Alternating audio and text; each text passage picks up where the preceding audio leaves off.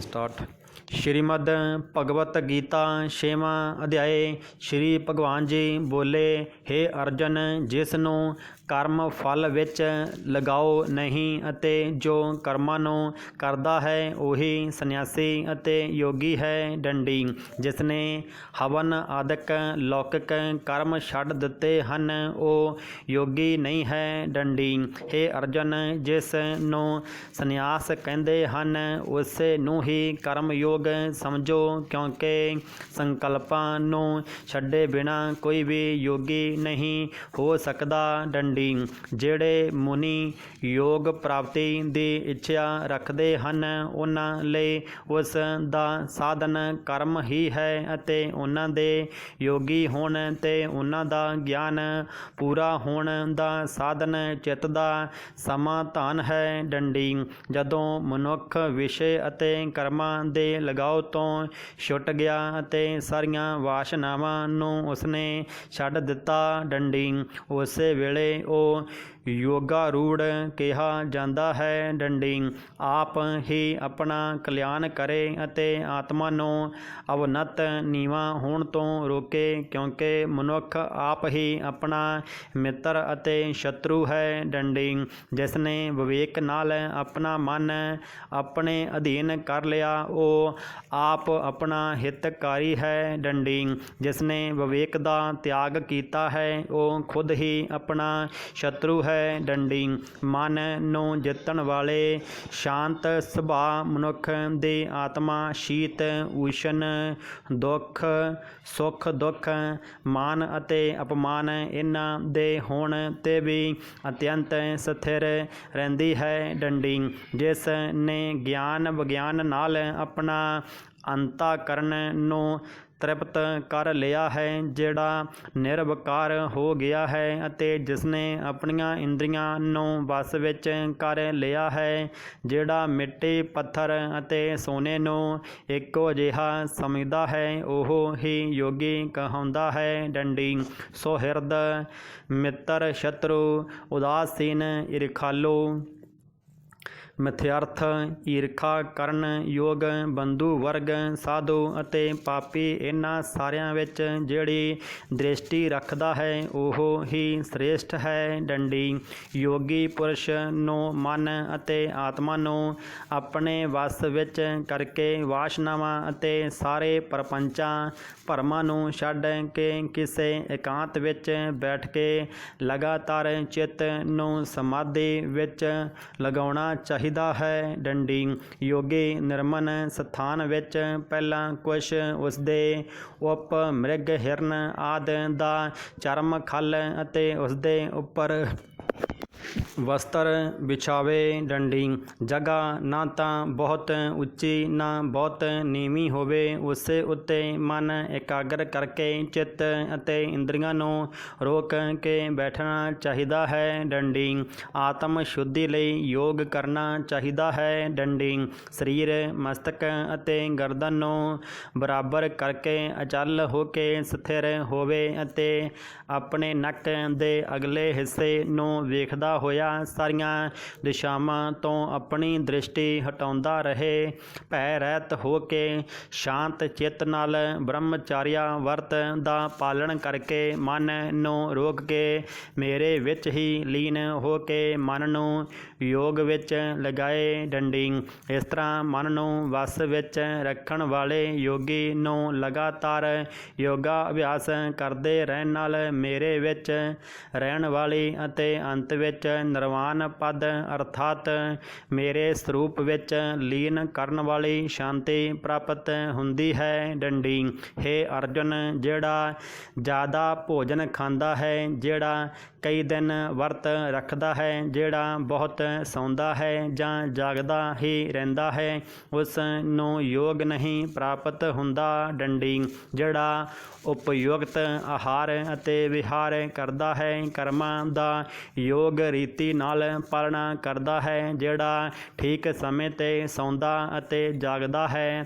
ਯੋਗ ਅਜਿਹੇ ਪੁਰਸ਼ ਦਾ ਦੁੱਖ ਮਿਟਾ ਦਿੰਦਾ ਹੈ ਤਾਂ ਸੰਜਮ ਨੂੰ ਪ੍ਰਾਪਤ ਹੋਇਆ ਚਿੱਤ ਆਪਣੀ ਆਤਮਾ ਵਿੱਚ ਹੀ ਸਥਿਰ ਹੋ ਜਾਂਦਾ ਹੈ ਅਤੇ ਸਾਰੀਆਂ ਕਾਮਨਾਵਾਂ ਤੋਂ ਨਿਵਰਤ ਹੋ ਜਾਂਦਾ ਹੈ। ਤਾਂ ਹੀ ਯੋਗੀ ਪਦ ਪਾ ਲੈਂਦਾ ਹੈ। ਡੰਡੀ ਜਿਸ ਤਰ੍ਹਾਂ ਹਵਾ ਰਹਿਤ ਥਾਂ ਵਿੱਚ ਰੱਖਿਆ ਹੋਇਆ ਦੀਵਾ ਚਲਾਏਮਾਨ ਨਹੀਂ ਹੁੰਦਾ, ਉਸੇ ਤਰ੍ਹਾਂ ਯੋਗੀ ਆਪਣੇ ਚਿੱਤ ਨੂੰ ਨਿਸ਼ਚੇ ਰੱਖ ਕੇ ਉਸਦਾ ਸੰਜਮ ਕਰਦਾ ਹੈ ਅਤੇ ਅੰਤఃਕਰਨ ਦੀ ਸਮਾਧੀ ਲਗਾਉਂਦਾ ਹੈ। ਡੰਡੀ ਜਿਸ ਅਵਸਥਾ ਵਿੱਚ ਯੋਗਾ ਅਭਿਆਸ ਦੇ ਕਾਰਨ ਚਿੱਤ ਦਾ ਵੇਗ ਰੁਕ ਕੇ ਵਿਸ਼ਿਆਂ ਨਾਲੋਂ ਵੱਖ ਹੋਣ ਲੱਗਦਾ ਹੈ ਅਤੇ ਜਦੋਂ ਸ਼ੁੱਧ ਅੰਤःਕਰਨ ਨਾਲ ਆਤਮਾ ਨੂੰ ਹੀ ਵੇਖ ਕੇ ਆਤਮਾ ਵਿੱਚ ਹੀ ਸੰਤੁਸ਼ਟ ਹੁੰਦਾ ਹੈ, ਉਸ ਅਵਸਥਾ ਵਿੱਚ ਉਹ ਬਹੁਤ ਜ਼ਿਆਦਾ ਸੁੱਖ ਨੂੰ, ਜਿਹੜਾ ਇੰਦਰੀਆਂ ਦੁਆਰਾ ਨਹੀਂ ਜਾਣਿਆ ਜਾ ਸਕਦਾ, ਸਗੋਂ ਸਿਰਫ ਬੁੱਧੀ ਨਾਲ ਹੀ ਜਾਣਿਆ ਜਾਂਦਾ ਹੈ, ਮਹਿਸੂਸ ਕਰਦਾ ਹੈ। ਅਤੇ ਜਦੋਂ ਉਹ ਯੋਗੀ ਆਤਮਾ ਸਵਰੂਪ ਵਿੱਚ ਸਥਿਰ ਹੋਵੇ, ਉਸਦੇ ਨਾਲੋਂ ਵਿਚਲਿਤ ਆਸਥਿਰ ਨਾ ਹੋ ਕੇ ਜਿਸ ਸੁੱਖ ਨੂੰ ਪਾ ਕੇ ਫਿਰ ਹੋਰ ਕੋਈ ਲਾਭ ਉਸ ਨੂੰ ਨਹੀਂ ਜਚਦਾ ਅਤੇ ਜਿੱਥੇ ਸਥਿਰ ਹੋਣ ਨਾਲ ਹੋਰ ਕਈ ਵੱਡਾ ਭਾਰੀ ਦੁੱਖ ਉਸ ਨੂੰ ਉੱਥੋਂ ਚਲਾਏਮਾਨ ਨਹੀਂ ਕਰ ਸਕਦਾ। ਡੰਡੀ ਇਸ ਅਵਸਥਾ ਨੂੰ ਦੁੱਖ ਸੰਯੋਗ ਵਿਯੋਗ ਕਾਰਕ ਯੋਗ ਜਾਣਨਾ ਚਾਹੀਦਾ ਹੈ। ਡੰਡੀ ਇਸ ਲਈ ਯੋਗ ਨਿਰਵਿਕਲਪ ਭਰਮ ਰਹਿਤ ਚਿੱਤ ਨਾਲ ਨਿਸ਼ਚੇ ਕਰਕੇ ਹੀ ਕਰਨਾ ਚਾਹੀਦਾ ਹੈ। ਡੰਡੀ ਸੰਕਲਪ ਨਾਲ ਪੈਦਾ ਹੋਣ ਵਾਲੀਆਂ ਸਾਰੀਆਂ ਕਾਮਨਾਵਾਂ ਨੂੰ ਛੱਡ ਕੇ ਅਤੇ ਮਨ ਹੀ ਮਨ ਵਿੱਚ ਸਾਰੀਆਂ ਇੰਦਰੀਆਂ ਨੂੰ ਚਾਰੇ ਪਾਸਿਆਂ ਵੱਲੋਂ ਰੋਕ ਕੇ ਧੀਰਜ ਨਾਲ ਬੁੱਧੀ ਨੂੰ ਆਪਣੇ ਅਧੀਨ ਕਰਕੇ ਹੌਲੀ ਹੌਲੀ ਵਿਸ਼ਿਆਂ ਤੋਂ ਦੂਰ ਹਟੇ ਅਤੇ ਚੰਗੀ ਤਰ੍ਹਾਂ ਮਨ ਨੂੰ ਆਤਮਾ ਵਿੱਚ ਸਥਿਰ ਕਰਕੇ ਕਿਸੇ ਪਦਾਰਥ ਦੀ ਚਿੰਤਾ ਨਾ ਕਰੇ। ਡੰਡੀ ਇਹ ਚੰਚਲ ਅਤੇ ਹੱਠੀ ਮਨ ਜਿੱਧਰ ਜਿੱਧਰ ਜਾਵੇ ਉਧਰ ਉਧਰ ਤੋਂ ਇਸ ਨੂੰ ਹਟਾ ਕੇ ਆਤਮਾ ਦੇ ਵਸ ਵਿੱਚ ਕਰਨਾ ਚਾਹੀਦਾ ਹੈ। ਡੰਡੀ ਇਸ ਤਰ੍ਹਾਂ ਸ਼ਾਂਤ ਚਿੱਤ ਅਤੇ ਰਜੋ ਗੁਣ ਤੋਂ ਰਹਿਤ ਨਿਸ਼ਪਾਪ ਅਤੇ ਬ੍ਰਹਮ ਯੋਗੀ ਨੂੰ ਉੱਤਮ ਸੁੱਖ ਪ੍ਰਾਪਤ ਹੁੰਦਾ ਹੈ। ਡੰਡੀ ਇਸ ਨਾਲ ਰੀਤੀ ਨਾਲ ਲਗਾਤਾਰ ਯੋਗਾ ਅਭਿਆਸ ਕਰਨ ਵਾਲਾ ਯੋਗੀ ਸਾਰਿਆਂ ਪਾਪਾਂ ਤੋਂ ਛੁੱਟ ਕੇ ਆਸਾਨੀ ਨਾਲ ਹੀ ਉਸ ਪਰਮ ਸੁੱਖ ਨੂੰ ਪਾ ਲੈਂਦਾ ਹੈ, ਜਿਹੜਾ ਬ੍ਰਹਮ ਦੇ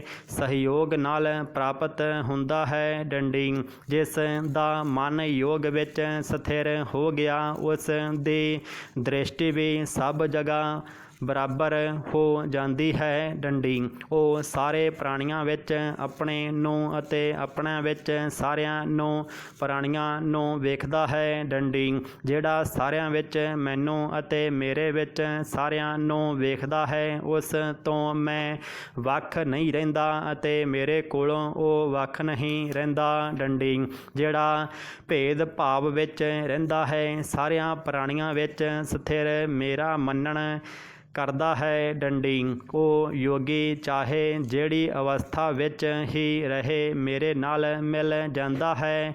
ਹੇ ਅਰਜਨ, ਜਿਹੜਾ ਸਾਰੇ ਪ੍ਰਾਣੀਆਂ ਦੇ ਦੁੱਖ ਸੁੱਖ ਨੂੰ ਆਪਣੇ ਦੁੱਖ ਸੁੱਖ ਦੇ ਬਰਾਬਰ ਸਮਝਦਾ ਹੈ ਅਤੇ ਸਾਰਿਆਂ ਨੂੰ ਬਰਾਬਰੀ ਦੇ ਭਾਵ ਨਾਲ ਵੇਖਦਾ ਹੈ, ਉਹੀ ਸ੍ਰੇਸ਼ਟ ਯੋਗੀ ਹੈ। ਡੰਡੀ ਅਰਜਨ ਨੇ ਕਿਹਾ, ਹੇ ਮਧੂਸੂਦਨ, ਤੁਸੀਂ ਜਿਹੜਾ ਇਹ ਯੋਗ ਸਮਝਾਇਆ ਕਿ ਤੁਸੀਂ ਸਾਰਿਆਂ ਨੂੰ ਆਪਣੇ ਬਰਾਬਰ ਵੇਖੋ, ਇਸ ਲਈ ਮਨ ਦੇ ਚੰਚਲ ਹੋਣ ਕਾਰਨ ਉਸ ਦੀ ਮਜ਼ਬੂਤ ਸਥਿਤੀ ਆਪਣੇ ਵਿੱਚ ਨਹੀਂ ਰੱਖਦਾ ਹੈ। ਡੰਡੀ। ਹੇ ਕ੍ਰਿਸ਼ਨ, ਚੰਚਲ ਮਨ ਬੜਾ ਹੀ ਹੱਠੀ, ਬਲਵਾਨ ਅਤੇ ਮਜ਼ਬੂਤ ਹੈ। ਇਸ ਨੂੰ ਅਧੀਨ ਰੱਖਣਾ ਤਾਂ ਮੈਨੂੰ ਹਵਾ ਨੂੰ ਬੰਨ੍ਹ ਕੇ ਰੱਖਣ ਦੇ ਬਰਾਬਰ ਹੀ ਪ੍ਰਤੀਤ ਹੁੰਦਾ ਹੈ। ਡੰਡੀ। ਸ਼੍ਰੀ ਕ੍ਰਿਸ਼ਨ ਭਗਵਾਨ ਨੇ ਕਿਹਾ, ਹੇ ਮਹਾਬਾਹੋ, ਇਸ ਵਿੱਚ ਸ਼ੱਕ ਨਹੀਂ ਕਿ ਮਨ ਬਹੁਤ ਚੰਚਲ ਹੈ ਅਤੇ ਇਸ ਨੂੰ ਵਸ ਵਿੱਚ ਕਰਨਾ ਬਹੁਤ ਹੀ ਮੁਸ਼ਕਲ ਹੈ। ਤਾਂ ਵੀ ਹੇ ਕੁੰਤੀ ਪੁੱਤਰ, ਅਭਿਆਸ ਅਤੇ ਵਿਰਾਗ ਨਾਲ ਇਸ ਨੂੰ ਅਧੀਨ ਕੀਤਾ ਜਾ ਸਕਦਾ ਹੈ। ਡੰਡੀ।